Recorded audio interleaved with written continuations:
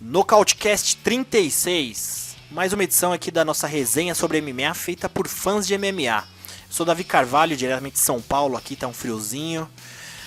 E já lembrando vocês aí que quer acompanhar, a gente tem as nossas redes sociais, tem no YouTube, nosso canal para você se inscrever, tem a opção de você ouvir no Spotify também, para você colocar no seu agregador de podcasts aí também para ouvir e receber as notificações. E tem a nossa conta do Instagram lá que a gente posta algumas notícias de MMA, lutas que foram recém-casadas. Então o que não falta é desculpa para você acompanhar tudo no Nocautecast, beleza? E hoje a gente vai falar de dois eventos, o evento passado e o evento futuro. Mas antes de mais nada eu vou apresentar a rapaziada que está aqui comigo. E eu tenho da casa aqui, nosso cowboy Gabriel Sater. Fala, Gabriel, como anda as coisas? E tá empolgado por esse próximo evento aí? Davi, como não estar empolgado? O UFC 241 quase chegando aí na porta do evento. Essa revanche que eu queria muito tempo ver também. Sou fã dos dois atletas, vai ser demais comentar sobre o evento. Boa. E hoje a gente tem convidado, Gabriel, de grupos de WhatsApp que eu participo. Eu sou louco de grupo de WhatsApp, eu participo de uma porrada. E a gente vai conhecendo a rapaziada aí, assim como nós, que também são fãs de MMA. E eu trago aqui hoje o Luquinha, diretamente do Rio de Janeiro. Ele que gosta de MMA, por mais que ele tenha pouca idade, mas tem muita experiência nas lutas, acompanha MMA como a gente. Fala, Luquinha, beleza, meu amigo? Muito obrigado por aceitar nosso convite de participar do Nocautecast. Boa noite aí, Davi. Eu que agradeço o convite. Fiquei muito feliz. Obrigadão, é isso aí. Vamos lá. Boa, Luquinha. Luquinha, então fala pra gente aí como que você começou a gostar de MMA, o que você gosta de assistir, quais são seus lutadores. Fala um pouquinho aí do seu gosto sobre lutas. Então, assim, eu comecei, cara, quem me apresentou foi o meu pai, né? Aí eu lembro que as lutas que eu mais assistia na época, né, eram do Anderson Silva e do Brock Lesnar, né?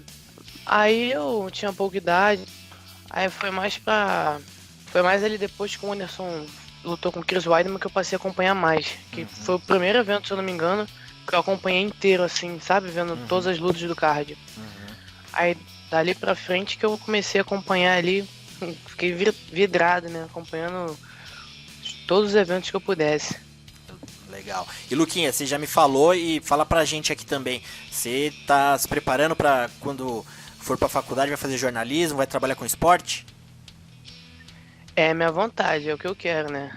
Meu maior desejo é conseguir trabalhar aí com jornalismo esportivo, né? E, se possível, né?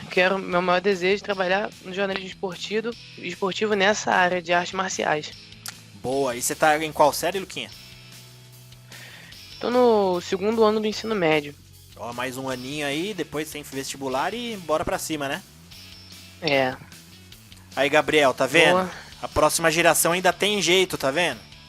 Ah, já começou na idade melhor que a gente, né? É. Na minha época, tinha que ir atrás dos amigos que tinham já algum canal combate, pra assistir um Pride, aquela vida, né, de adolescência duro, que não tinha dinheiro pra nada, não tinha nem dinheiro pra pagar o canal combate na época, tinha que ir na casa dos amigos, Davi. VHS, né, Gabriel? Nem se fala, né, não vou entregar muito a minha idade, mas começou com o VHS, vendo o Royce, né, finalizando todo mundo. Boa.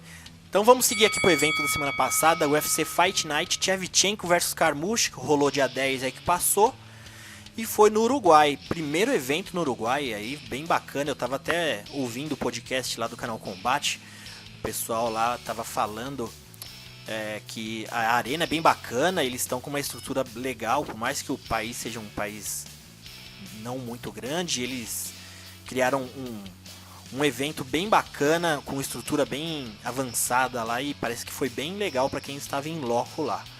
E eu vou começar aqui pelo card preliminar. A gente vai falar desse evento só das grandes lutas, porque a gente tem um evento bem bacana para falar da semana que vem. Então, começando aqui, a primeira luta da noite que a gente comentou no último podcast, que foi na categoria mosca, que foi como levou o prêmio de performance da noite, a Verônica Macedo, que finalizou a Poliana Viana logo no primeiro round. E o curioso é que a gente até comentou que as duas já estavam vindo de um cartel meio complicado, né? Porque a Verônica Macedo, desde que estreou no UFC, ela já estava vindo de 3 lutas aí, 3 derrotas. Conseguiu pelo menos agora sair das derrotas e tá com uma vitória no UFC. Encarou a Poliana Viana, que estava com o cartel meio que ao contrário, porque ela ganhou na estreia dela do UFC e vinha colecionando derrotas e colocou mais uma na conta aí, a terceira derrota. Então as duas estão com cartel iguais. Aí a gente tem que ver que não sei se o UFC já estava com uma visão de querer tirar uma das duas, porque... Gabriel, eu acho que o UFC não vai tirar nenhuma das duas, porque eu acho que ele ainda estava meio que apostando na Verônica Macedo. Não sei se de repente pode ser que seja a última luta do contrato dela, mas a Poliana Viana também pegou essa luta em cima, né, Gabriel? Ia pegar a Verônica Macedo, ia pegar a Raquel Oslovich, que acabou se machucando, então é capaz de manter as duas, né, Gabriel?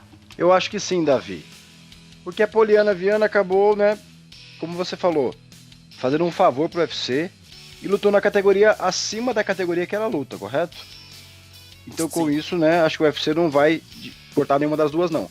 A Verônica agora conseguiu uma vitória, respira um pouco a categoria, e o UFC também quer trabalhar, né, já trabalhou muitos anos o marketing em cima das atletas. Então quando ele corta uma atleta, ela já vai com uma, mesmo que tenha um cartel às vezes irregular, mas aquela atleta que entrega, né, que diverte público. Eles estão precisando de atletas que tenham já uma história no evento, né? Estão com muitos eventos durante o ano, então acho que eles não vão cortar nenhuma das duas.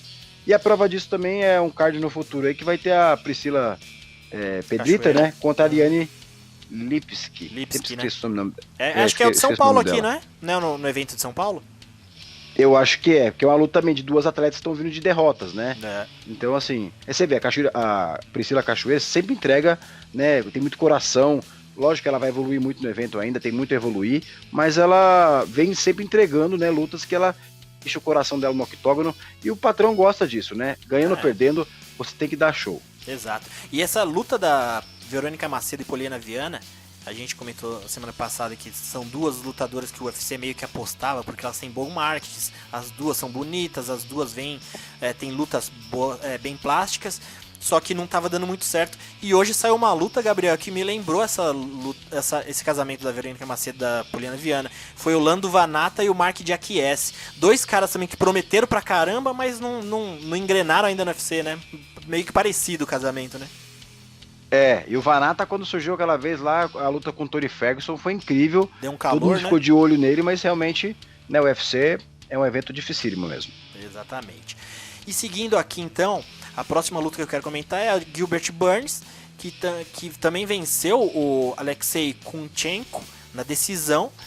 E o Gilbert Burns também, ele pegou essa luta em cima do laço, ele já estava com ideias de subir de categoria, ele que lutava na categoria de baixo, agora subiu para o meio médio, pegou em cima da hora, falou que queria se testar nessa categoria para evitar cortar peso, ele também já não é tão novinho para depender das capacidades físicas, e falou, bom, quero tentar agora uma categoria mais confortável. E entregou uma luta bacaninha, né, Gabriel? Olha, adversário duríssimo, né? Sim. O Alexei 20-0 até a luta com o Durinho, né? Ele entrou no UFC, não fez lutas super empolgantes, né? Ganhou do Okami, se não me engano, na última luta dele, também do Pitbull, né? O Thiago Pitbull, mas enfim, vinha numa consistente, né? Uma série consistente, né, de vitórias. Então pegou o Durinho, que subiu em cima da hora, acho que teve 2 semanas para treinar, se eu não estou enganado, né? Apresentou uma luta duríssima para um cara que é duro, né? E conseguiu colocar uma derrota nesse cartel perfeito do russo. Né? O Durinho foi só saldo positivo para ele. Eu vi que a torcida reclamou dele, mas ele fez o jogo certo para ele. Exatamente. E o Durinho, que ia participar até do corner do Herbert Burns, que participou do Contend Series, aí acabou sendo chamado em cima dessa luta. Ele ia ser corner do Herbert Burns e depois ia ser corner do Vicente Luque também nesse evento. Aí acabou que não foi corner de ninguém, teve que focar em cima da hora na própria luta, né? E vamos já seguir pro principal aqui. A gente tem algumas lutinhas para falar também. Pela categoria palha, rapaziada, Marina Rodrigues venceu a Tisha Torres na decisão. Foi na decisão, mas foi uma decisão com D maiúsculo, porque foi uma bela vitória contra uma menina que também tem um grande nome na categoria. E a Marina Rodrigues também, que é a aposta do Nocautecast, né, Gabriela? Ela esteve aqui com a gente no episódio 20 e falou todo do histórico dela, da rotina, dos treinos e como que funciona, como ela começou no MMA. E a nossa aposta, né, Gabriel? A gente tem que pegar alguns lutadores aqui pra meio que ser nosso... Afiliados, assim, né? Isso, Nós somos os padrinhos, né? Enfim, a gente torce mesmo, né? De verdade, porque a Marina, o Herbert, o Glaico, né? São 3 atletas que a gente gosta demais, tem um talento gigantesco. A Marina, desde antes de conhecer ela, né? Quando eu vi ela no Contender Series, fiquei impressionadíssimo. Eu também. Um Muay Thai agressivo, bonito, plástico de ver. Ela lutou com uma lutadora super experiente, que já lutou, né, a Tisha já foi campeã do Invicta, se eu não me engano. Tem lutas com quase todas as ex-campeãs desse peso, né? Lutou com a Ioana, com a Jéssica. Ou seja, é uma atleta que tem muita experiência. Foi uma prova de fogo.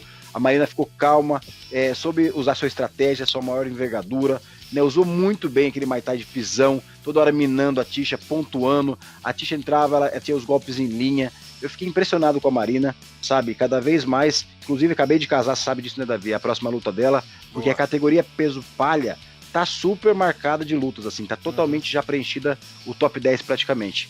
Então, tô curioso para ver o que o UFC vai marcar a seguir para ela. Bem bacana, eu também gosto muito do estilo da Marina Rodrigues. Eu até cheguei a fazer uma brincadeira no Instagram que ela me lembra também um dos meus lutadores prediletos no MMA, que é o Carlos Condit. Ela tava com uma postura assim do Muay Thai bem clássica, sabe, da guarda fechadinha, e muitas vezes eu olhava, eu lembrava do Condit ali lutando com aqueles chutões frontais assim para marcar distância. Gostei muito da performance dela e agora vamos continuar torcendo para ela aqui, que agora ela tá ranqueada, né, Gabriel? Qual a posição que ela... Eu vi que ela foi ranqueada, mas não vi a posição. 10ª do ranking, Davi. Muito feliz por ela, viu? Trabalhou tão duro aí, 3 treinos por dia, né? Eu gostei muito do mestre dela também no corner dela, que ele falou pra ela, motivou muito o atleta. Dá pra ver que eles têm uma sintonia muito grande entre os dois. Isso é muito importante, ela confia no treinador. E a gente espera que com essas vitórias consiga, né, melhorar a bolsa dela pra ela ganhar ainda mais, para poder investir no camping dela, né? Porque a gente sabe que é caro ter um camping cheio de atletas para realmente dar o melhor nos treinos para ela. Então a gente torce para ela ter esse reconhecimento da empresa também, né, na parte financeira. Boa, e ela que falou que vai tentar em 2020 e já tá lutando pelo cinturão. Vamos tá na torcida aqui. E vamos já seguir pro principal aqui.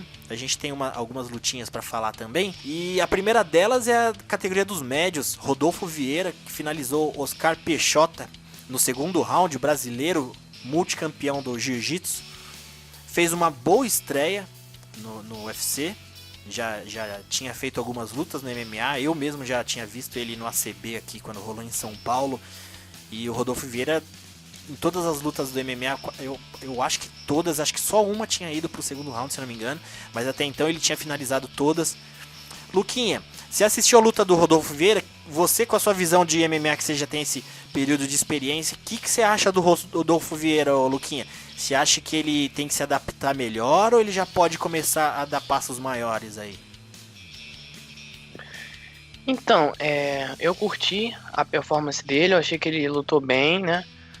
E fez o jogo certinho, né? E eu fiquei até impressionado, cara, porque assim, o Rodolfo, ele tá bem cru no MMA ainda, né? Se eu não me engano, foi a 6ª luta dele só, né? E, pô, na 6ª luta dele já estreando no UFC, pegando um cara que, né, tem mais que o dobro de lutas que ele tem no cartel, bem mais experiente, né? E venceu bem, sabe? Legal. E pegou mais um faixa preta, né, Luquinha? Ele que já tinha fama no jiu-jitsu de ser o caçador de faixa preta, pegou um faixa preta no UFC ali e finalizou. Mais uma faixa preta aí que ele pega aí, né? Pois é. É muito bom. Eu gostei da performance dele, cara. E, tipo assim, eu fiquei impressionado com... Geralmente nas lutas dele no jiu-jitsu, né? As quedas que ele mais usava eram do judô, né? Essa luta ele trouxe aí mais double, single, né? E muito bem, né? E eu não tinha visto, né? Pelo menos nas lutas de jiu-jitsu dele, ele usando muito essas quedas, né? E agora no UFC, no MMA, né? Ele usou muito bem. Curti. Boa. E o Rodolfo Vieira, ele tem uma característica... Eu não acompanho tanto o jiu-jitsu, mas como ele é um cara super famoso, a gente tem algumas informações que a gente vai vendo por aí. Ele que tinha também um cara ali ao lado dele que meio sempre competia, tava ali participando dos eventos com ele, que era o Bochecha, que é o Bochecha, né, que ainda competia, e a principal diferença entre os dois é que assim, o Bochecha ele tem mais condecorações no jiu-jitsu, mas o Rodolfo Vieira, ele quase sempre ele finalizava a luta, ele ganhava poucas lutas por pontos. E eu acho curioso e interessante ele vindo pro MMA, porque assim, ele já tem uma característica no jiu-jitsu agressiva, né? Um cara que vai pra cima, ele quer acabar a luta sempre. E o UFC, eu acho que se tem um diferencial que o jiu-jitsu tem que ter no MMA, é a agressividade. Por isso que eu acho muito efetivo o jiu-jitsu do Jacaré, né? Porque ele coloca, além da técnica, ele coloca muita força. E eu acho que isso é o diferencial que tem a vantagem do Jacaré. E eu acho que o Rodolfo Vieira pode trazer um pouco desse jiu-jitsu, sabe, agressivo, que o cara meio que estoura as pegadas, vai meio que rasgando o cara para até encontrar uma posição. O que você acha, Luquinha? Eu concordo contigo, cara. Eu acho que o jiu-jitsu, né, ele aplicado no MMA, ele tem que ser assim, tem que ser mais objetivo, né? Tanto que a gente vê aí que os melhores jiu-jiteiros, né, que tiveram as melhores adaptações no MMA, né, conseguiram adaptar o jiu-jitsu no MMA, são os caras que são mais objetivos, né? Que é o Ademir Maia, o Jacaré, o Verdun. Quando eles usam o jiu-jitsu deles, eles usam de maneira mais objetiva, né? Boa. Aí, Gabriel, o Luquinha é novinho, mas tá falando igual gente grande aqui de luta de MMA, né? O Luquinha já é famoso, conhecido como prodígio do MMA. O comentarista prodígio. No futuro, vamos ver ele no combate já, entrevistando todo mundo. Bom que a gente já pega moral com ele agora, né? Boa, vamos fazer amizade. Né, Luquinha? Mas uma curiosidade que eu gostei do Rodolfo foi o seguinte, né? O mindset, a mentalidade dele perante essa luta. Ele sabe que ele tá no momento X, ele é muito humilde. O cara até, assim, você quer ser amigo do cara, né? Você vê a entrevista dele, é um cara que conquista todo mundo mesmo pela humildade. É um cara extremamente condecorado no jiu-jitsu, tá trilhando um caminho super passo a passo, com uma estrutura muito bacana de equipes, né? Começou com o Libório ajudando ele, né? A gente comentou semana passada daquela série que ele e o Malfacine, né, fizeram, que passou no canal Combate, sobre a transição, né, de um atleta que é super condecorado no jiu-jitsu e tá indo pro MMA. Então muito bacana você ver que o cara começa totalmente zerado, cru, né? Faixa branca de uma nova arte. O curioso é que, na entrevista que eu vi dele, ele quer se tornar o próprio Khabib. E é um objetivo muito real e que combina com ele, Davi. Por quê? Você imagina se o Rodolfo agora, lógico, tem que desenvolver a trocação, tudo, mas se ele focar nesse wrestling, já tem um chão absurdo no pano. Lógico que para MMA é diferente, tem que adaptar, muda tudo, como muita gente fala. Então você focado nesse chão agressivo que ele já tem, como você colocou, aplica um wrestling como o Luquinha comentou muito bem aí, das quedas que ele tá agora, né, focando no seu jogo.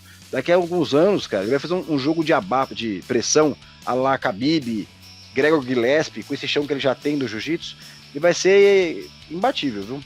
Boa, perfeito. Rapaziada, então seguindo, aqui eu vou para a próxima luta, que é na categoria dos meio pesados, que também rolou bônus pro vencedor da luta, que foi o Volkan Ozdemir, que nocauteou Ilir Latifi no segundo round. E foi uma luta bacana, foi bem movimentada, e ambos os lutadores já estavam numa situação assim que eles já estavam começando a colecionar muitas derrotas.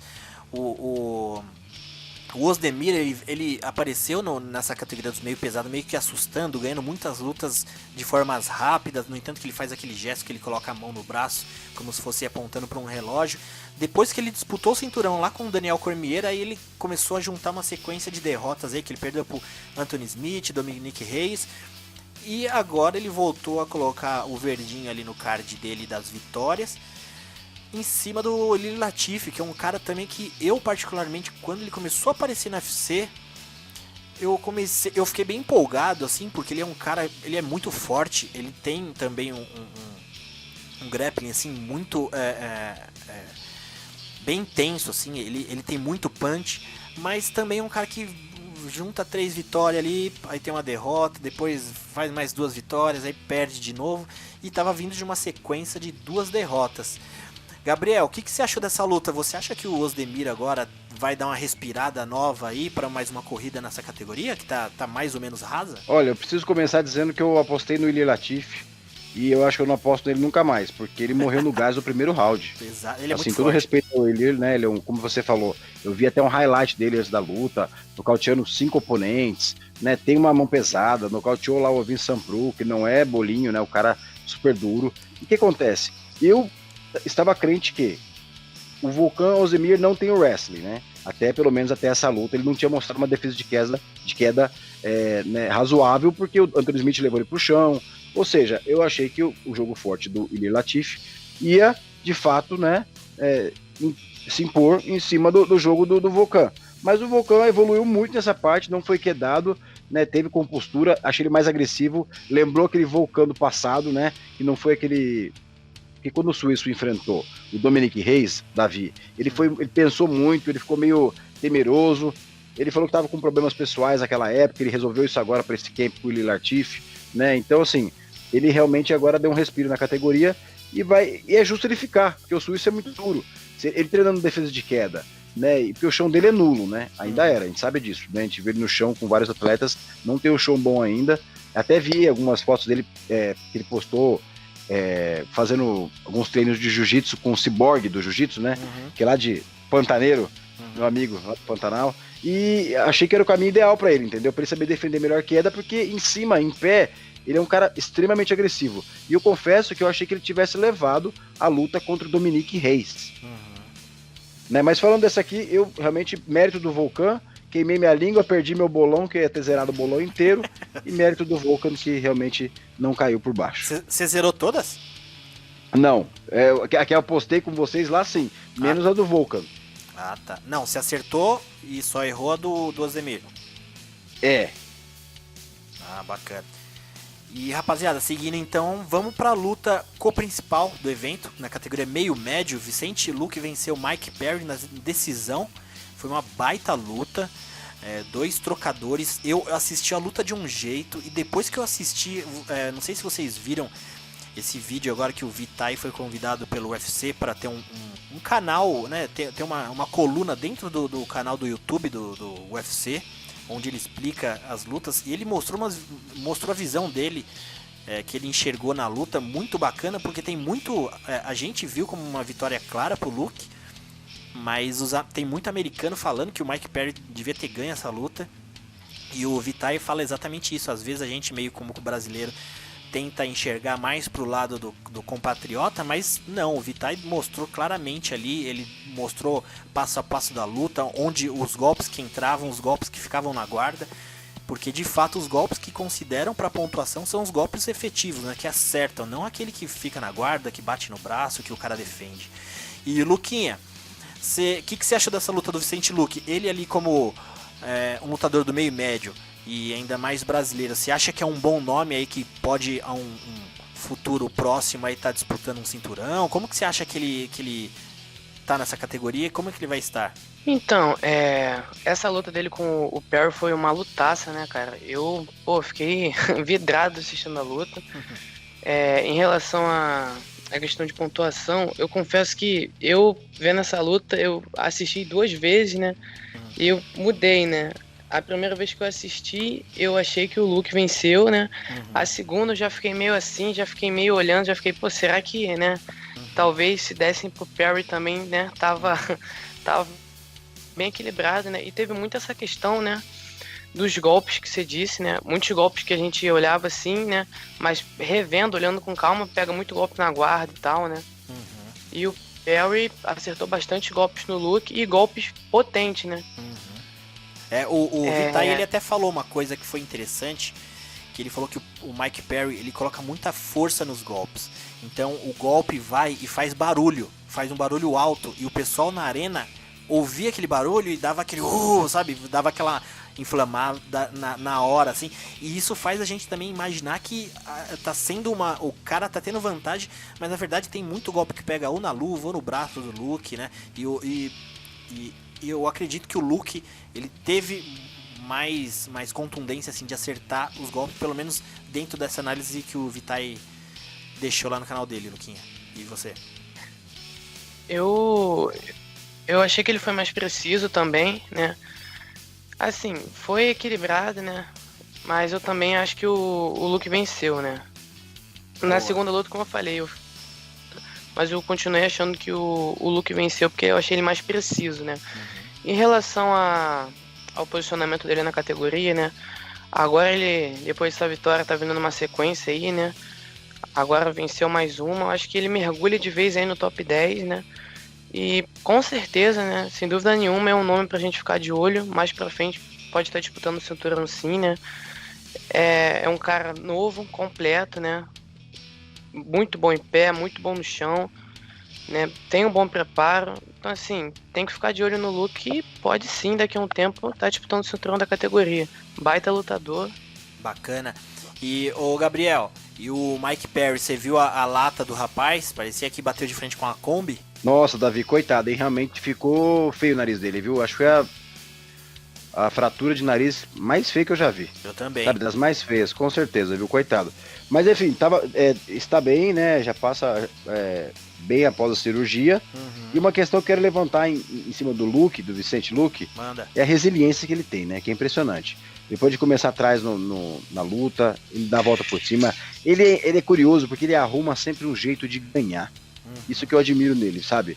E agora, analisando a categoria, eu nunca vi a categoria meio-médio tão empolgante quanto em tempos atuais. Tá legal, né? Assim, e você até falou, né, do Condit aí, que eu sou fãzaço do Condit. Sinto falta dele, do Rory McDonald também nessa categoria, né? Foi para outro evento já, é campeão.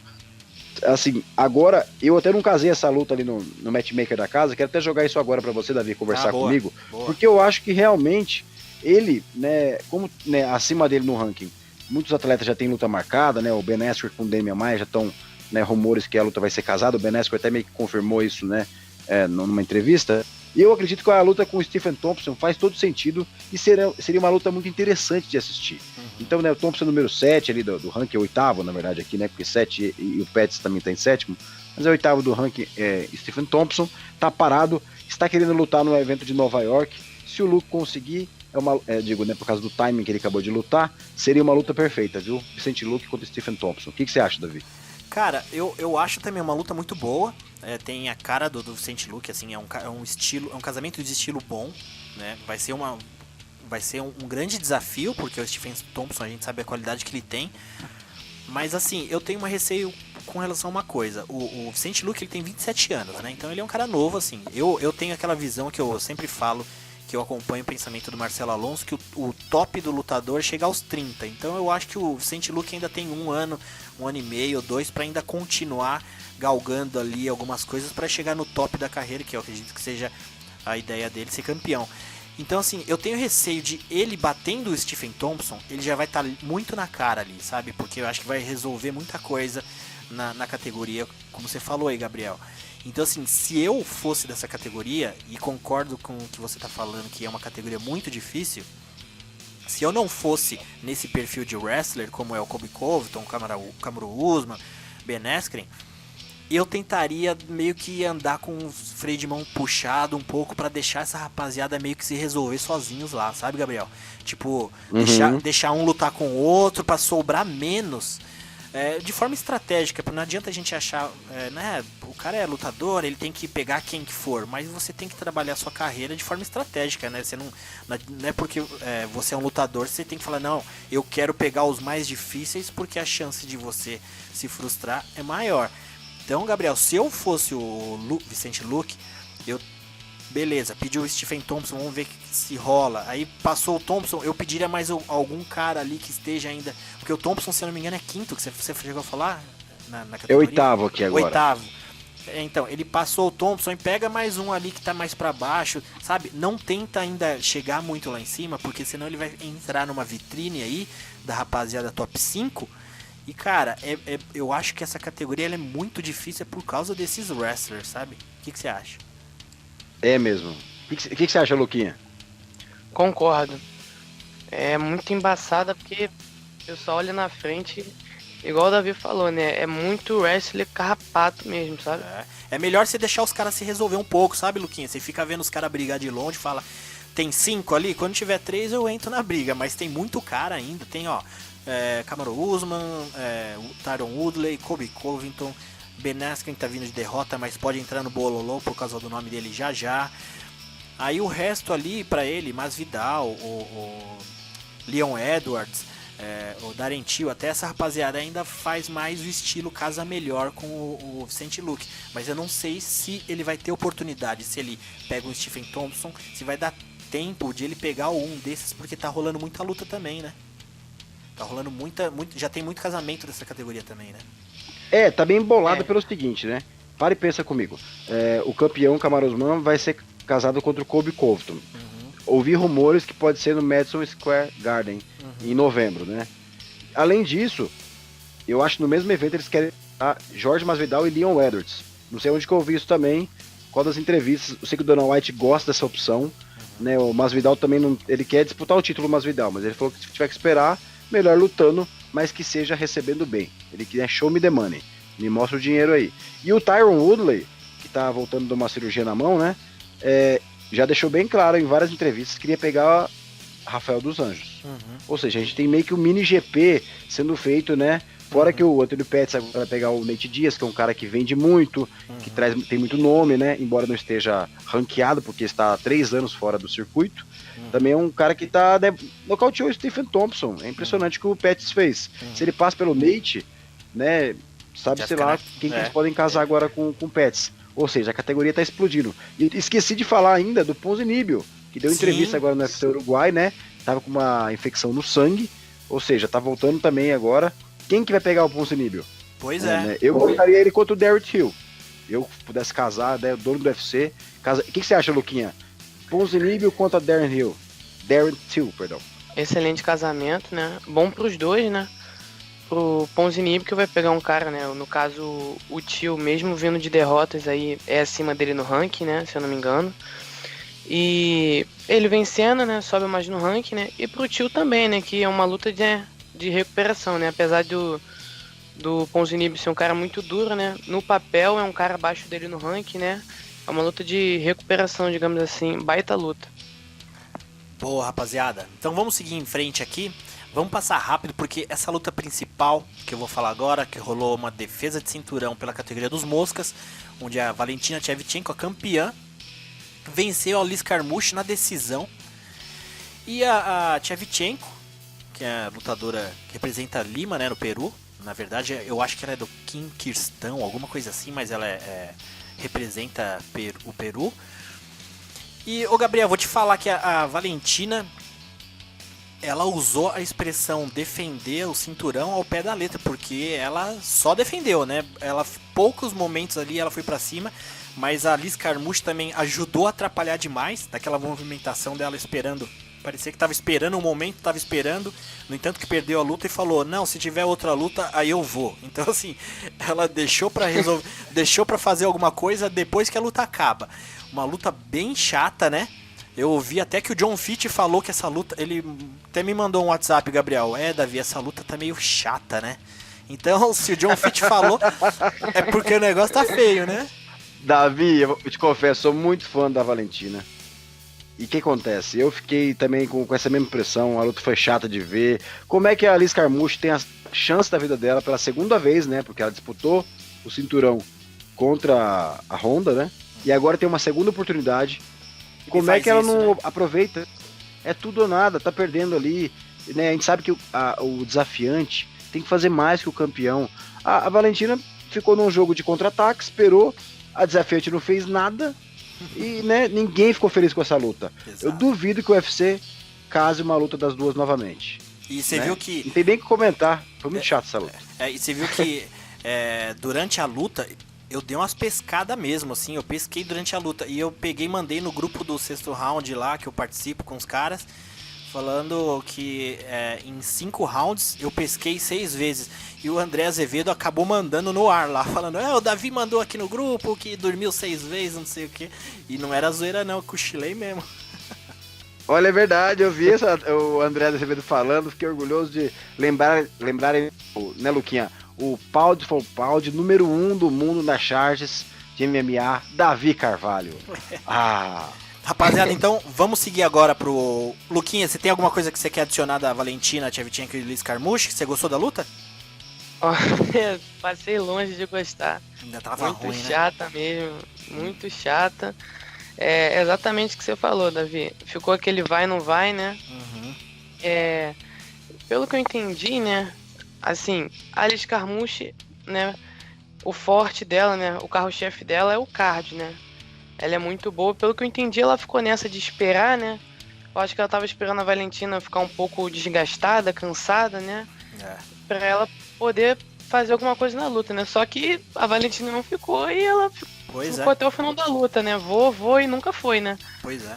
Eu vi um tweet de alguém, que eu não lembro quem que foi o tweet, falando que na luta da Shevchenko contra a Liz Carmouche tiveram 50 golpes desferidos.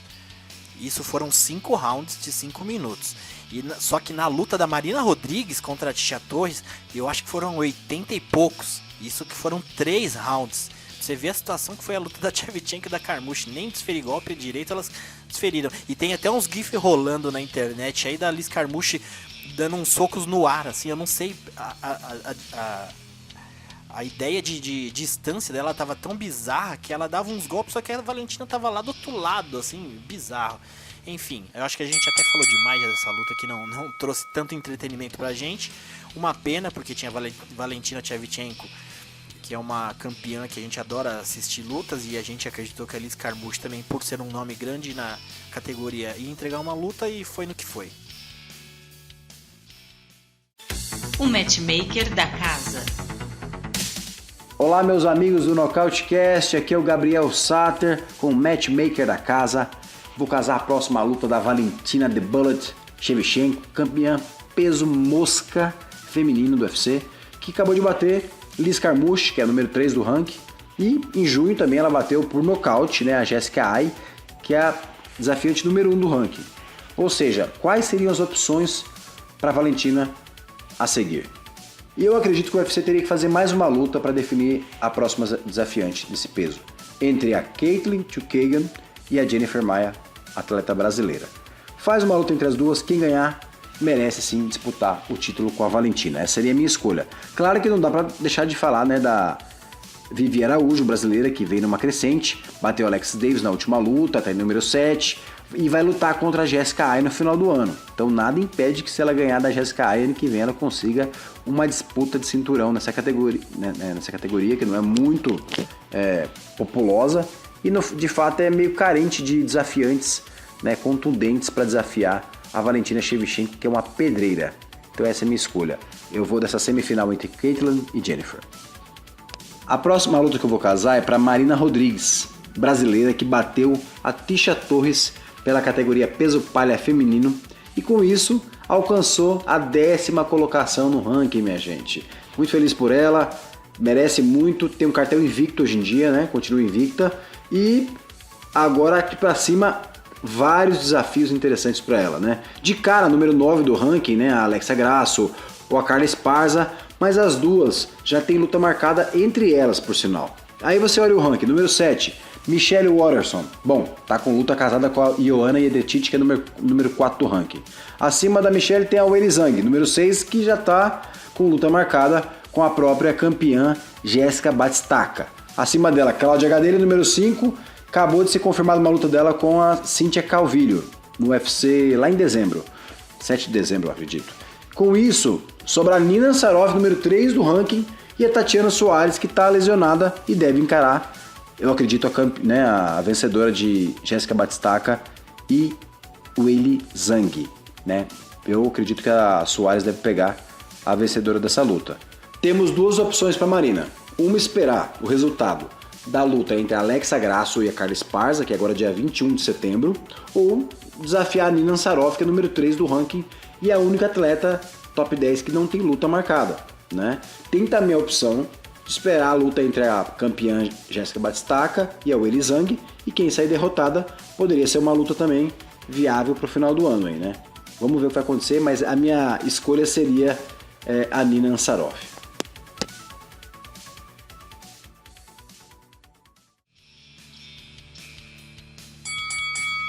Vamos seguir então aqui, UFC 241, Cormier versus Miocic, vai rolar agora dia 17 de agosto, no Honda Center, nos Estados Unidos.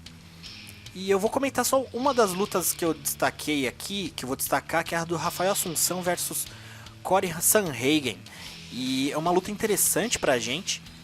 E o Rafael Assunção, eu acho que ele tá numa situação hoje, ele é um grande nome, ele é no MMA brasileiro, assim, ele é um nome que vale a pena sempre a gente considerar, porque ele sempre trouxe lutas muito técnicas Ele vem desde a época do WEC, lá do WEC. Ele não é um cara que tá aparecendo agora. Já esteve tantas situações assim para disputar cinturão, já teve em muitos momentos, mas infelizmente parece que o timing dele tá numa situação difícil. E eu vejo agora o Rafael Assunção como aquele cara que tá na categoria para atrapalhar, né? E o Cory Sanhagen é um novo nome aí que tá aparecendo. Deu uma luta muito boa com o John Lineker. E vai ser uma luta interessante. Luquinha, o que você acha dessa disputa aí, Assunção versus Sanhagen? Concordo com você. Acho que a situação do Rafael para uma disputa agora é difícil. E eu vejo ele mais como um cara, né, um porteiro de luxo, né? Na categoria, né? E o Corey tá chegando agora, né? Venceu o Lineker. Vencendo o Rafael, ele avança ali para perto do top 5, né? Mais perto da disputa do title shot. É o teste de fogo dele, né? Digamos assim. Eu acho que ele vencendo, né? Ele entra naquele bolo ali pra disputar disputar um title shot ali, né? Uhum. E o Rafael vencendo, ele se recupera, né? Que ele tá vindo de derrota. Mas se mantém, né? Acho que o Rafael vencendo, ele não avança tanto, né? Porque Tanto quanto o Corey é um né? cara... É um cara atrás dele no ranking, né? Então, né? Como eu até comentei na outra luta, né? Hipotética do Santiago com o tio, né? Eu acho que se aplica um pouco a essa, né? Também, a situação dos dois. O Corey vencendo, né? É uma baita luta pra ele, porque ele avança no ranking, né? Uhum. E o Rafael vencendo é mais uma luta de recuperação, né? Boa, Luquinha. Exatamente. Seguindo agora pro card principal, eu acho que essa luta que eu vou começar falando aqui, pela categoria dos médios, eu acho que ela vai ser a luta da noite. Vai ser a luta que vai trazer mais emoção. E o Romero versus Borrachinha, Paulo Costa Borrachinha, brasileiro. Uma baita luta que faz um tempo já que ela tá sendo planejada, aí deu rolo, aí entra jacaré na história. Eu nem me lembro mais do rolo que teve aquela época, que um sai e entra outro. Enfim, temos aí mais 3 ou 4 dias para a luta acontecer. Gabriel Sater, aí a gente vai ter uma disputa, a meu ver. Yoel Romero, baita lutador, baita experiência. O cara é diferenciado com relação a um shape, a um físico que deixa qualquer tiozão aí com inveja. Vai pegar um moleque também muito novo, muito forte, muito rápido. O meu receio que eu tenho pro Romero é que cada dia que passa é um dia menos para ele, que pode complicar, que trazer essa dificuldade do tempo para ele.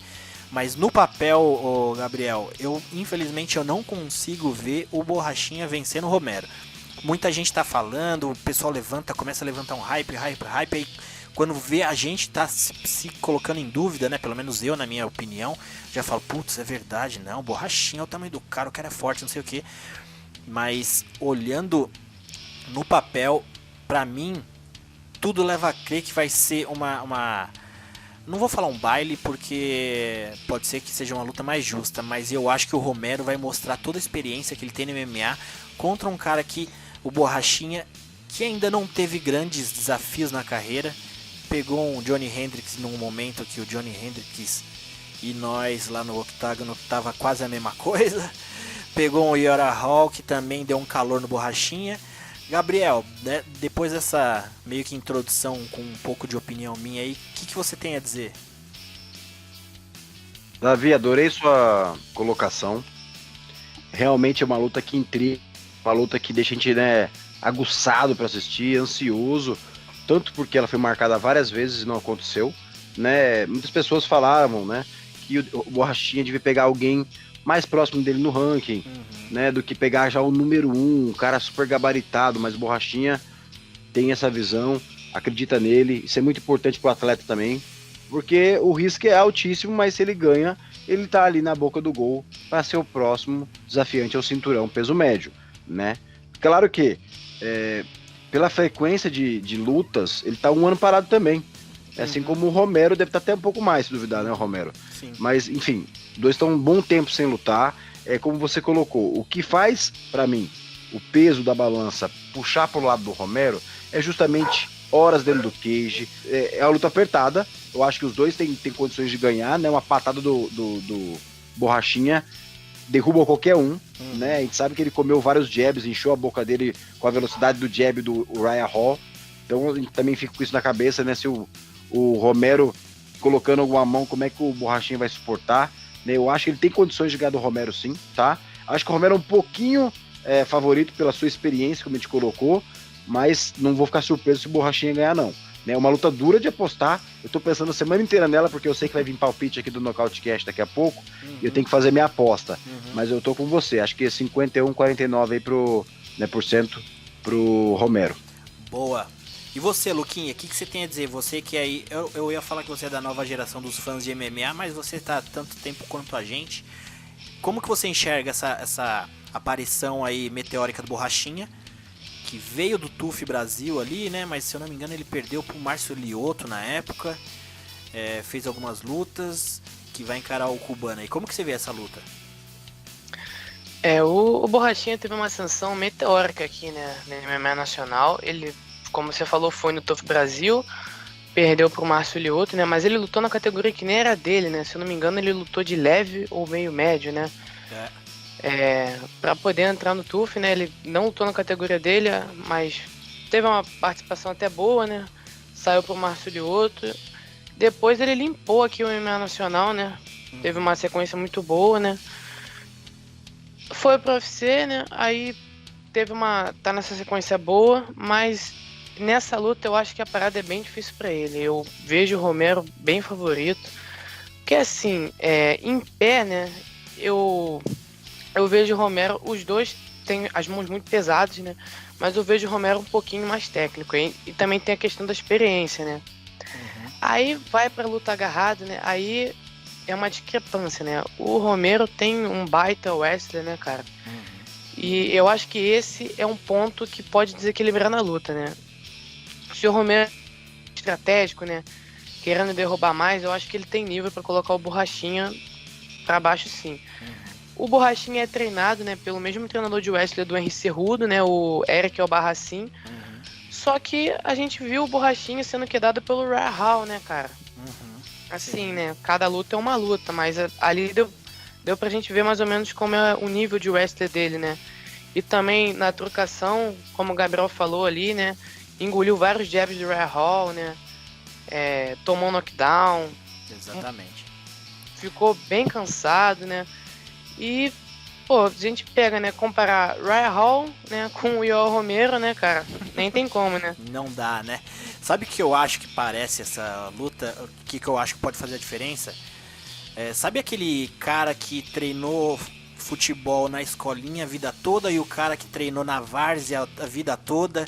E numa dividida, Gabriel, o cara da várzea sempre vai dar aquela levantadinha no pé pra você dar um chute na sola dele. Sabe o cara da maldade, da malandragem?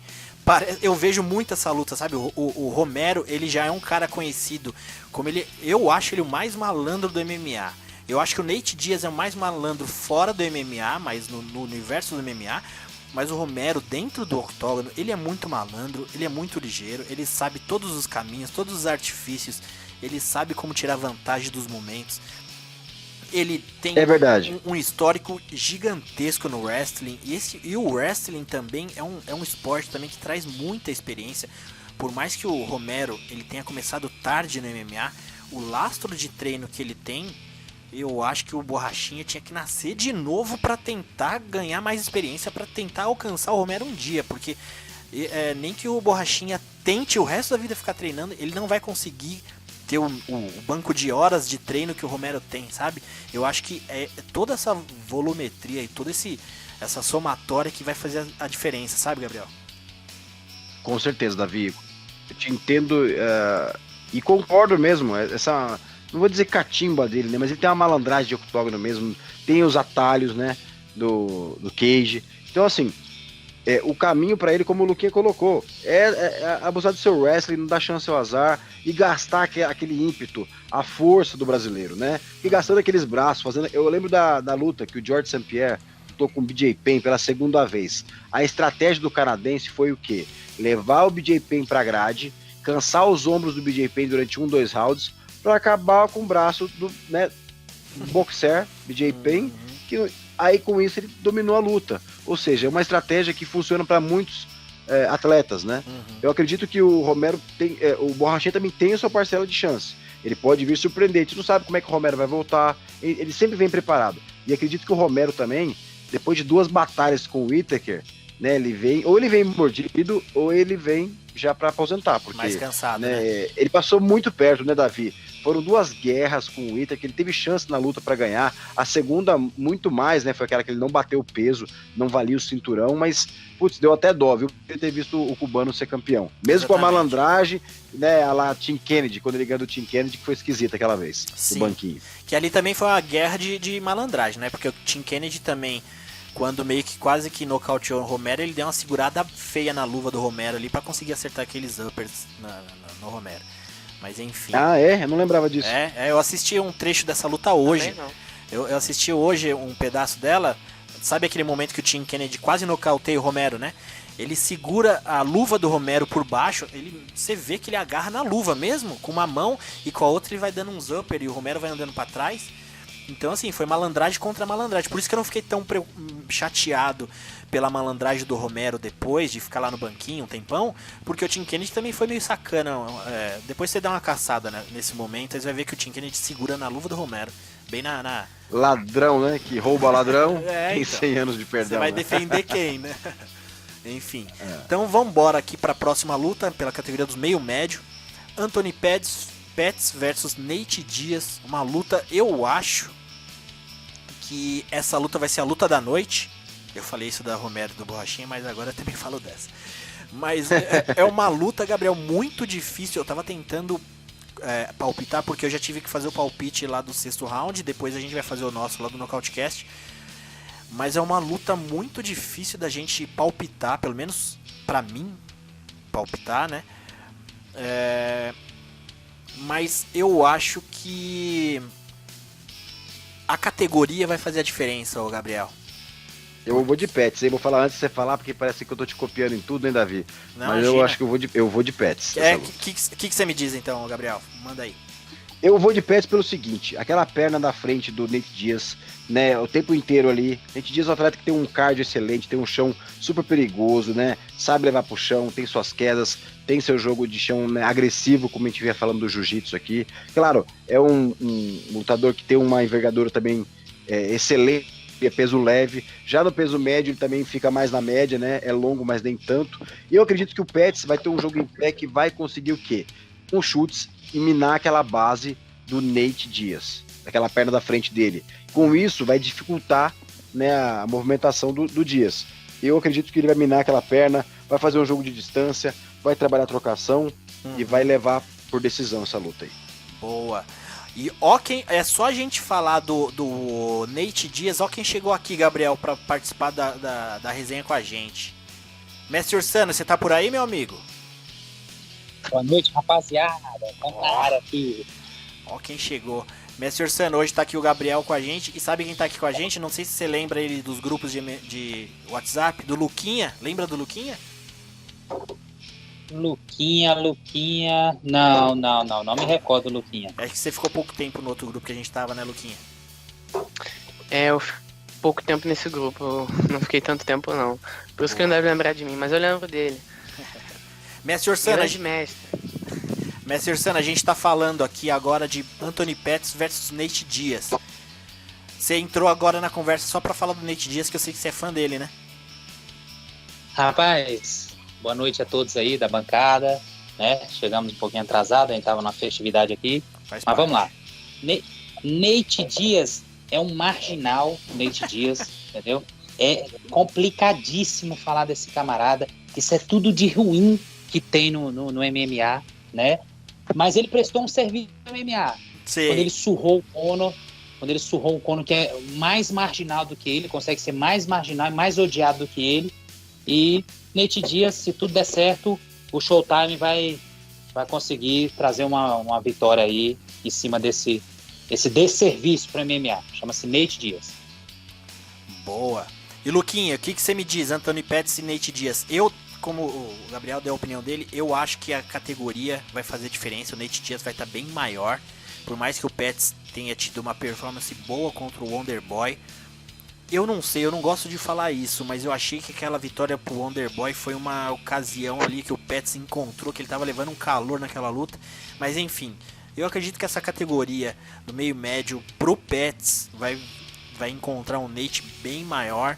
Jiu-Jitsu, eu não acredito que o Pettis consiga encontrar o Nate Diaz, consiga finalizar. E em pé, eu acho que o Nate pode fazer o Nate pode fazer o Pettis engolir muito golpe na distância. O que você me diz, Luquinha? Então, essa luta aí eu tava até pensando, né? Uns dias atrás, tava tentando montar um prognóstico, né? Imaginar como poderia ser. E eu fico bem pensativo assim, é difícil achar, né? Porque eu pensei nessas duas hipóteses, né? Que vocês falaram, né? Primeiro do Gabriel, também pensei, né? Que o Pérez ia, né, trabalhar os chutes ali na perna, né? Chutar bastante e trabalhar na distância, né? Golpeando o Diaz, né? E também pensei nisso que você acabou de falar, Davi, que é a questão do tamanho, né? Do Diaz ficar bem maior nessa categoria, né? E eu confesso que eu acredito mais nessa hipótese do Pérez. Apesar dele ficar, né? Dele ficar menor nessa categoria, né? Eu acho que ele vai fazer isso mesmo, cara. Eu acho que ele vai trabalhar os chutes aí na perna, né? E eu acho que ele vai trabalhar a movimentação, né? Batendo bastante, batendo e saindo, né? Aplicando aqueles golpes plásticos dele lá. E o Diaz, apesar do boxe, né? Muito bem alinhado, acho que em pé o Pettis tem uma vantagem sobre ele, né? Eu acho que vai ter, né? E no chão, os dois têm um bom jiu-jitsu, né? O Diaz, acredito que tem um chão um pouco melhor que o do Pérez, mas o Diaz, ele não é, né? Ele é um ótimo jiu-jiteiro, mas quedando, né? Ele não é nada, né? Ele parece que tem aquele estilo Royce Gracie, né? Tipo, de dar um soquinho e entrar nas pernas com meio estranho, né? Ele não tem um jogo de queda, né? Ele tem um estilo estranho, né? Ele não padrão quedas dele é zero, né? Ele não tem... Acho que poucas vezes eu vi ele, né, tentando quedar, né? Geralmente ele é quedado, né? E trabalha de costas pro chão, né? Ou então ele, né, de alguma forma acaba levando a luta pro chão, né? O cara dá um knockdown nele, né? O cara derruba ele, ou então ele abala o cara e vai pro chão. Mas ele derrubar, confesso que foram raras vezes que eu vi. Então eu acho que não deve acontecer, né? Ele não deve quedar o Pérez, né? E a luta ficando em pé, eu acho que vai rolar isso, cara. Eu acho que o Showtime ele vai trabalhar os chutes, a distância, né? Golpear bastante e se movimentar. Mas o Diaz não é carta fora do baralho, não. Uma luta que, se eu fosse dividir porcentagem, é 60-40 pro Pérez. Boa, Luquinha. Isso aí. Vamos então para a luta principal do evento. Daniel Cormier vai defender o cinturão dos peso pesados contra Stipe Miocic. Essa que vai ser uma luta já meio que uma revanche, né? O Miocic era campeão, perdeu pro Cormier, agora eles vão voltar a lutar. Cowboy, uma luta também que eu acho que vai ser a luta da noite essa aí.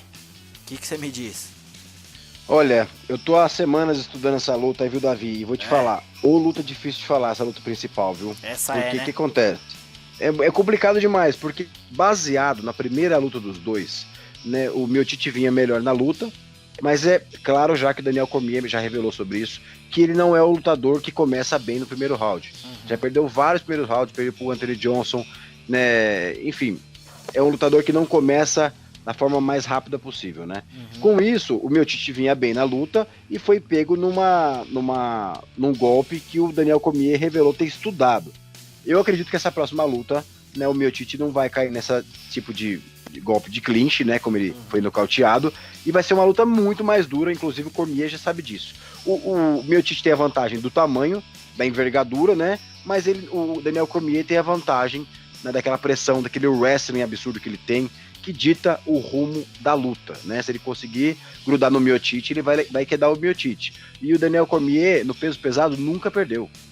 Quer dizer, um atleta enjoado, ele tem uma base pesada, sólida, difícil de levar ele para baixo. Acho quase impossível alguém quedar ele, só o John Jones que teve essa proeza.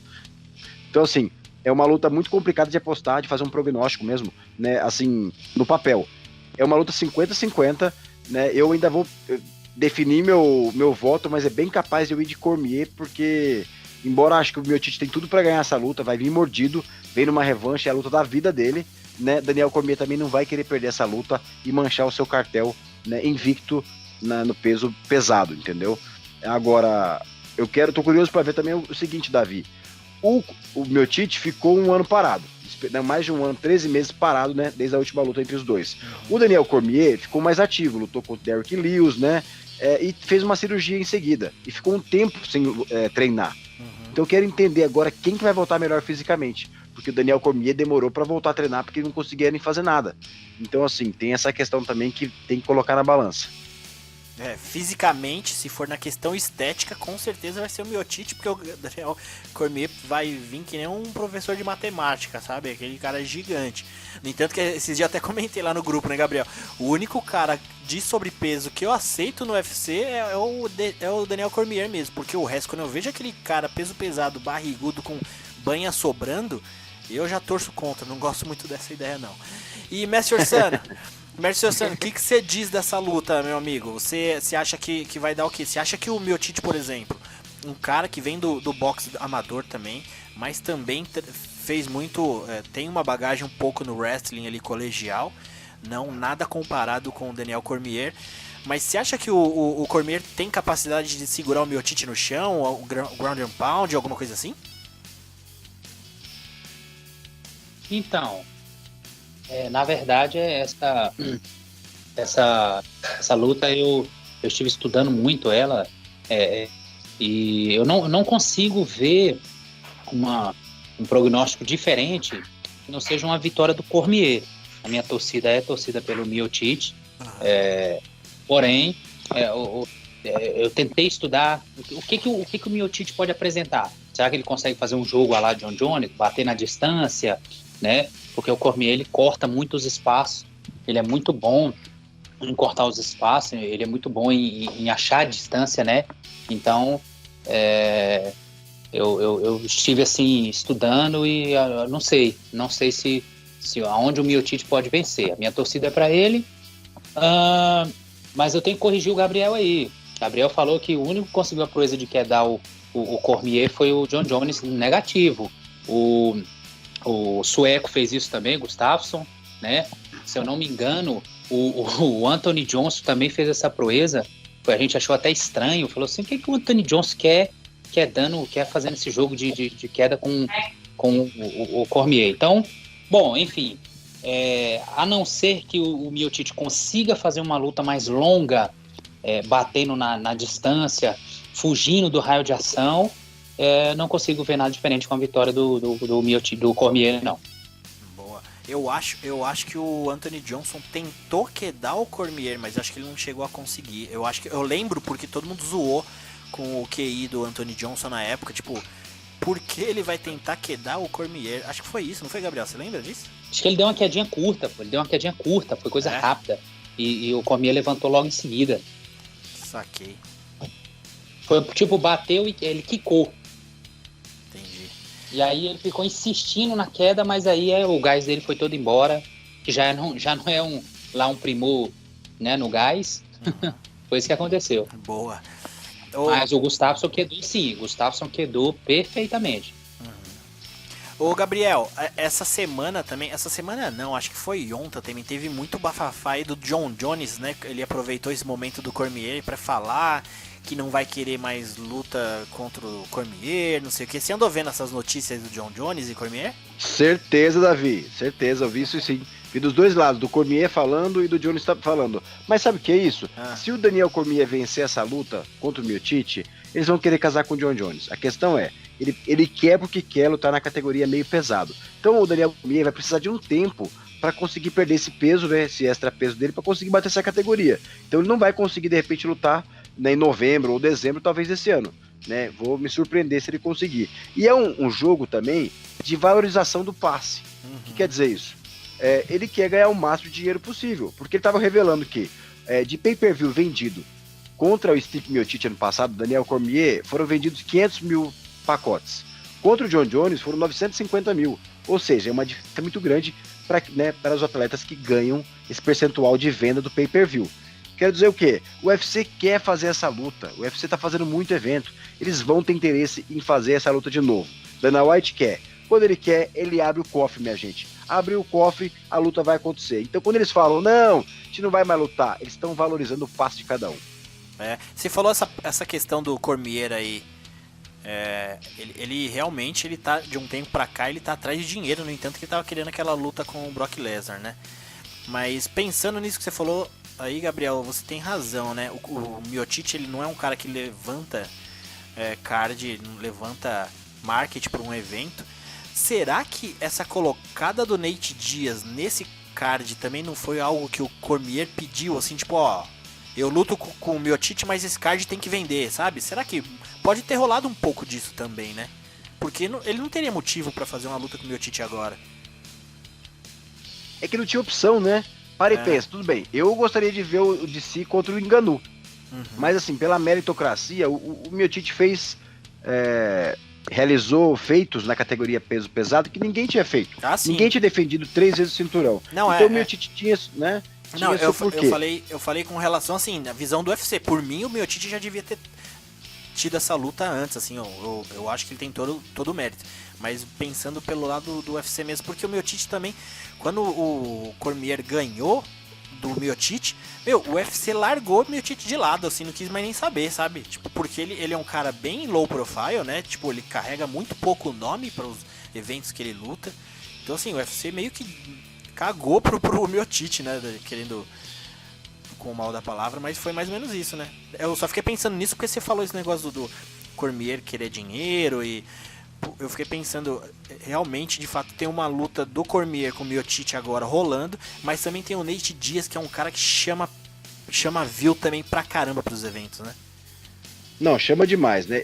Eu não sei se ele consegue ter essa força, né, com os patrões, mas tem alguém que tem moral com o UFC, o White, é o Daniel Cormier. O que você acha disso aí, Nestor Sano?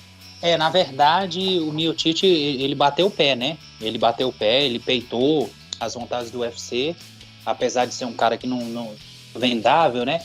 Na verdade, ele não é vendável porque o próprio UFC não faz assim. Pois é. Porque se você pegar a história dele, ele é um bombeiro, né? Ele salva vidas. Então isso, lá nos Estados Unidos, isso tem muito valor, entendeu? Mas o que acontece? O UFC, ele não gosta. Tem alguns lutadores que parece que ele pretere, né?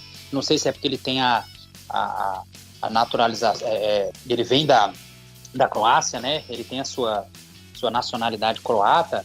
Não sei dizer, para falar a verdade, eu não sei porque essa implicância com o próprio Miocic, né?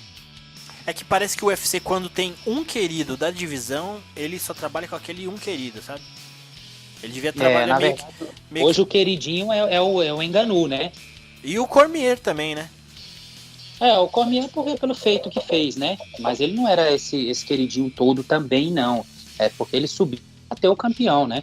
Mas o Cormier faz entrevista ali no octógono, ele faz comentário, comentário na... Você fala como na época que o Brian Stan fez isso, o Florian fazia isso, né? Então, é um cara que tá ali, sempre com a cara na TV, falando, o pessoal tá ouvindo, tá conhecendo, porque querendo ou não, quanto mais a gente conhece dos lutadores, mais vontade a gente tem de ver e assistir, né? No entanto que dificilmente você tem a interesse de assistir um lutador que você não sabe nada do cara.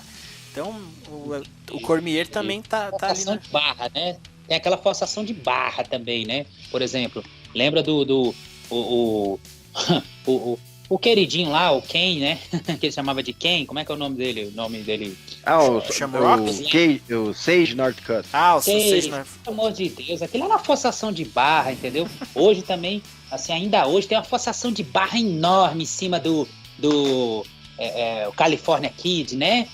Pelo amor de Deus, cara, sinceramente, tem uns carinhas assim que o UFC quer forçar pra grande massa aceitar aquilo ali. Aí eu já tenho o efeito contrário. Quando o UFC começa com essa forçação de barra, eu torço pro cara só se dar mal. Então, graças a Deus, o Sage apanhou até pro Barbarena. Foi uma coisa linda, que essas coisas aconteceram. Então, eu torço pro insucesso do cara quando o UFC começa com essa forçação. Vai dando um engodo, dá uma raiva nisso aí, rapaz. Calma, mestre, calma, mestre. E você viu que o Dana White, né, já deu o conselho pro Sage aposentar, né? Aí, ó, então você tá... É a mesma mídia, é o mesmo evento que coloca o cara como... o cara já é um grande prospecto, é o próximo campeão. Essa mesma mídia vai colocar o cara lá embaixo. É brincadeira, mano? É complicado, viu? O UFC tem uma força gigantesca, né? Com relação... E vocês falaram muito bem, ó, porque é o seguinte, pensa comigo, o DC, o Daniel Cormier, vai aposentar em breve, tá? Não tem muito mais o que falar. Ele é o primeiro atleta que eu vejo do Dana White, né? Quando um atleta fala que vai aposentar, Dana White já bate nas costas, pode ir, né? Ele é o primeiro atleta que eu vejo do Dana White e fala, não, ele deve ter 2 mais 3 lutas, vamos conversar. Ou seja, Dana White sabe convencer o Daniel Cormier, né? Falando a língua dele. Então, depois que o Daniel Cormier aposentar, Miocic vai também de novo voltar as cabeças ali. E muito provavelmente, não podemos esquecer, né, Mestre Orsano, que o Stipe Miocic foi o cara que derrubou o Francis Ngannou quando vinha naquela crescente que todo mundo falou, nossa, Ngannou vai ser a próxima estrela mundial, é o próximo Mike Tyson do MMA, né, em janeiro do ano passado, se eu não estou enganado. Isso pelo amor, cara, rapaz, vocês não tem noção da raiva que eu senti. Foi um hype assim no dedo, assim, com o Ngannou. Cara, eu li, você vê os absurdos que eu li na época. Eu acho que eu já comentei isso aqui. Eu li que ele seria um cara que bateria o Joshua no boxe, que seria um fenômeno, inclusive no boxe também. Então, assim, que ninguém é invencível, e o hype já voltou de novo. Tem alguns trolls aí que continua falando a mesma besteira, que é um invencível, que o cara agora aprendeu com seus erros, que não sei o quê. Peraí, não é assim não. Boa, mestre. E fica calmo, mestre, não precisa ficar muito bravo, não. Ó o coração. E é isso aí, rapaziada. Então vamos finalizar por aqui. Davi, antes de fechar, tem as novidades aí da semana, hein? Então manda. Né, quais novidades que a gente tem? Bom, falando de peso pesado, confirmaram uma luta entre Alistair Overeem e o Walt Harris para dezembro, hein? Boa luta, né? Boa luta. E outra luta agora aqui que vocês não vão saber ainda também, ó, da peso pesado. Stefan Struve, que a gente falou aqui no Nocautecast da aposentadoria dele, voltou da aposentadoria e vai pegar o Rothwell também em dezembro, no evento do dia 7 de dezembro em Washington. Eu não engoli muito aquela aposentadoria do Struve, por mais que ele tenha chorado, foi uma coisa emocionante. A gente tem um carinho pelo cara porque a gente acompanha há muito tempo, mas ele é muito novo, né? A gente sabe que é difícil esses caras pararem. E ele ainda tem uma questão meio que... Problema. Fala, mestre. Pode falar. Não, pode falar. Mas ele teve um probleminha depois que ele foi nocauteado pelo Mark Hunt, que ele teve um probleminha no seu cérebro, né? Sim. No coração também ele teve um problema, não foi? Ele também tinha um problema. No coração? Ele tinha um problema lá. Eu acho que ele teve um... Acho que foi no coração. Foi um problema cardíaco. Isso, cardiopata. Cardíaco, né? Isso. Aí, associado quando ele foi nocauteado pelo Mark Hunt, ele ficou com um princípio de demência pugilística, né?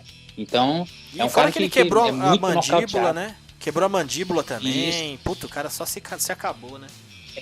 Então, assim, não é assim de engolir a aposentadoria, não. Acho que a questão dele é forçada mesmo, entendeu? Boa. Mas agora ele vai vir diferenciado, Luquinha. Ele vai vir vai moer o Ben Rothwell no jab, vai usar da envergadura, vai vir renovado, Luquinha. O que você acha? Para com isso. Cara, essa luta aí... nem sei... Não sabe o que esperar, né? Nem sei o que falar direito. O Rothwell, né? Desde que voltou, tá indo de mal a pior, né, cara? Pois é. Lutou com o Arlovski. Meu Deus do céu. Boa. Muito ruim, né? Teve aquela luta dele com o Blagoy Ivanov também, muito mal, né? Depois que ele voltou aí da suspensão dele, não tá se encontrando, né? Fazendo lutas bem ruins, né? Tendo performances bem ruins. E o Stefan Struve, né, cara? é aquela, né, cara? Depois que ele voltou desse problema aí dele também, né? Que ele ficou um bom tempo sem lutar. Depois que ele voltou, ele luta uma luta bem e 3 mal, né? Faz exatamente. uma luta boa e 3 ruins, então...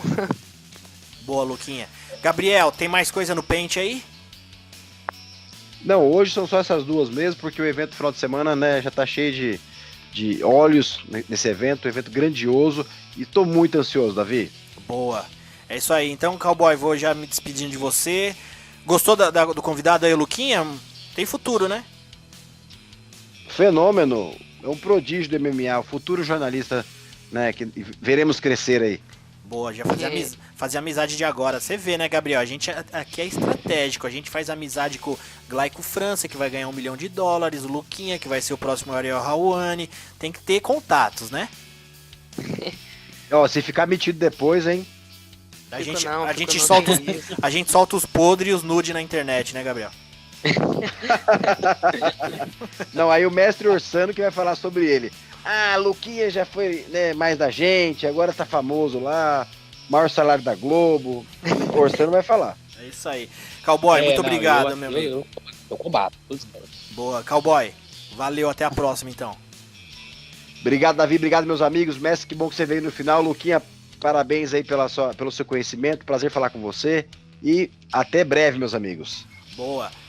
E mestre Orsano, chegou um pouquinho depois do segundo tempo ali, mas ainda deu pra bater um pênalti, né? Foi. Na verdade é porque eu tava num evento, né? Vocês ligaram lá, vocês viram barulheira danada. Mas eu tava ansioso pra participar hoje, porque o evento da semana promete. E os treinos, mestre? E o Tai? Rapaz, ontem eu não falei nada com vocês, não. Ontem foi sinistro. Fazer umas sequências lá de chute e soco. Rapaz, o negócio foi puxado. Boa, o negócio ficou pequeno pra mim lá. Boa, continua no camp. Um abraço, meu amigo. Um abraço, tudo de bom. Foi um prazer falar com o Luquinha aí, né? Realmente, fenômeno. Pelo pouco que eu participei, já manja muito. É o garoto prodígio, é o Robin do MMA.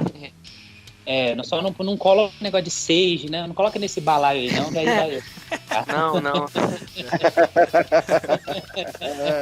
É isso aí. Luquinha, queria agradecer demais a participação. Quando você quiser, você dá um toque, você sabe que é nós ali no WhatsApp, só manda uma mensagem que as portas abertas do Nocautecast tá aí pra você, beleza? Você tá com e a sua página lá no Facebook, tá rolando ainda? Eu tava dando uma olhada, tá meio desatualizada, hein?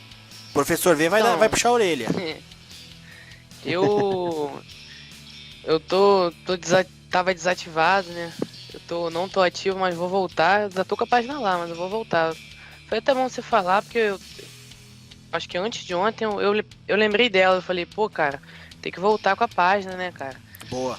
Aí vou ativar de novo. Já aproveita amanhã. Agradecer aí.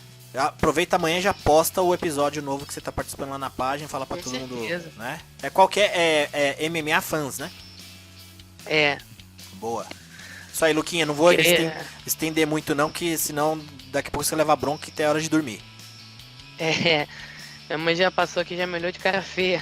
Aí, ó, tá vendo? Beleza, Luquinha, um abraço. Amanhã tem escola. Mas é isso aí. É isso aí, rapaziada. Queria agradecer pelo convite, Davi. Agradecer aí.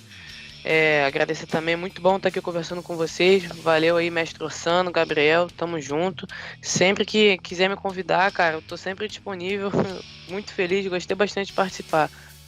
Boa, Luquinha, um abraço. Valeu. Agora, rapaziada, pode ficar aí com o eventos do final de semana com o André G, que não esteve aqui com a gente, mas tá aí em formato de áudio com a coluna dos eventos que a gente não pode também perder. Abraço.